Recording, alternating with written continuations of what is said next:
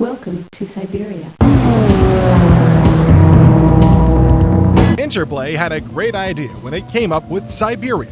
The only trouble is that they didn't seem to know in quite what direction to go with it. The story goes like this. In the future, the criminal cartels are competing with the rest of the free world for control of the planet. Something's been discovered in the frozen wastes of northern Russia that could be the end of us all. So Zack, our hero, is sent to get his hands on it. That's the idea. Not the most original ever, But good enough for a game. But for Cyberia, someone at Interplay forgot that this was a game. You know, a game to play and not just watch.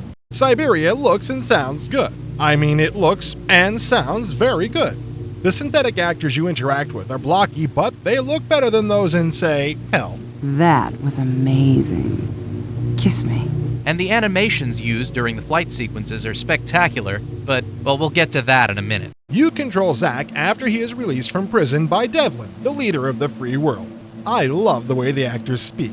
Trust is a wonderful thing. I got you out of solitary, didn't I? Can't have you jetting around the globe instead of getting the job done, my man. Seems our hero did some kind of illegal computer something or other. Regardless, you control Zack as he goes from one place to another, first trying to get to Cyberia, and then finding out what the Cyberia project is. You point Zack in the direction you want him to go and then tell him to walk there. There are only certain pathways that Zack can follow, so it can be a bit frustrating when you want to walk in one direction, but the computer won't let you. But you basically go from one place to the next, overcoming obstacles and solving puzzles. Throughout Zack's wandering are arcade sequences tied into the storyline. The main game is flying toward northern Russia in some new bad boy jet fighter.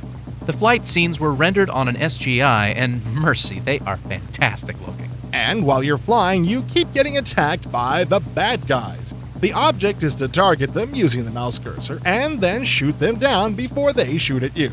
But you don't fly the ship. The ship flies around on its own, and you just point and click at the bad guys. So basically the main arcade sequence is pointing and clicking the mouse. But the graphics are so good you almost don't mind. Almost. The video is exactly the same every time you fly the sequence, and the bad guys come at you from the same places at the same time everywhere.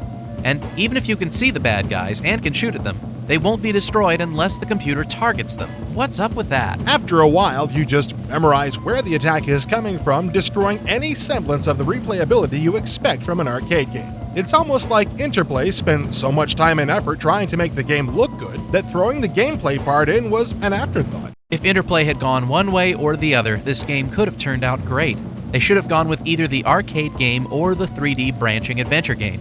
But by putting them together, each part suffered a little. I like the adventuring more than the arcade sequences since I normally only saw each sequence once. When you're flying around and it's the exact same game over and over, no matter how good it looks, it gets a little boring after a while. Kinda like your last girlfriend, as I remember. All in all, Cyberia is not a bad game. You won't be sitting there thinking to yourself what a bad game it is, because it's not. It's just that the people who love arcade action will be wishing for more freedom, and the folks who love the adventure type stuff hate that they have to suffer through the repetitive arcade segments to get through the story.